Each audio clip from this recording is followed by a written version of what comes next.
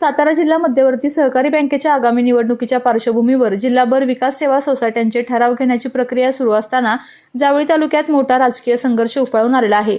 जावळी तालुक्यातील आखाडे आणि आलेवाडी येथील विकास सेवा सोसायटीच्या ठरावादरम्यान दोन गटांमध्ये जोरदार वाद झाला।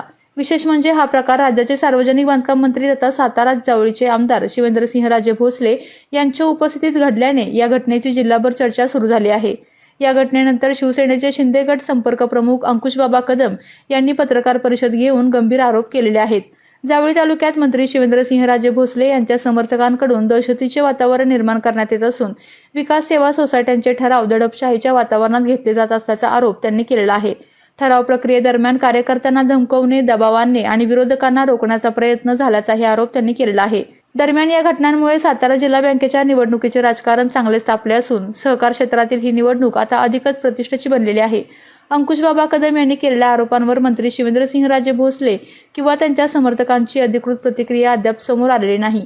त्यामुळे या प्रकरणाला पुढे कोणते राजकीय वळण मिळते याकडे संपूर्ण जिल्ह्याचे लक्ष लागलेले आहे। सातारा जिल्हा बँकेच्या निवडणुकीमध्ये जावलीमध्ये प्रचंड मोठा राडा झालाय। महाराष्ट्र राज्याचे कॅबिनेट मंत्री एका सोसायटीच्या ठरावासाठी गावोगावी जाऊन मोठमोठे केसाचे गुंड घेऊन जातात, दहशत निर्माण करतात। ही अतिशय निंदनीय गोष्ट आहे।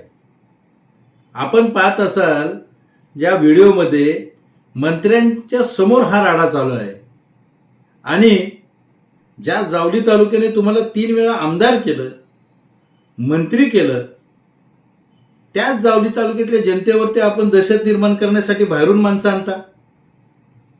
जावली तालुक्यातली जनता प्रचंड स्वाभिमानी जनता आहे। आपली दहशत कधीच खपून घेणार नाही। येणाऱ्या काळामध्ये आपली दहशत संपवण्याचं काम याच जावलीतली जनता केल्याशिवाय राहणार नाही।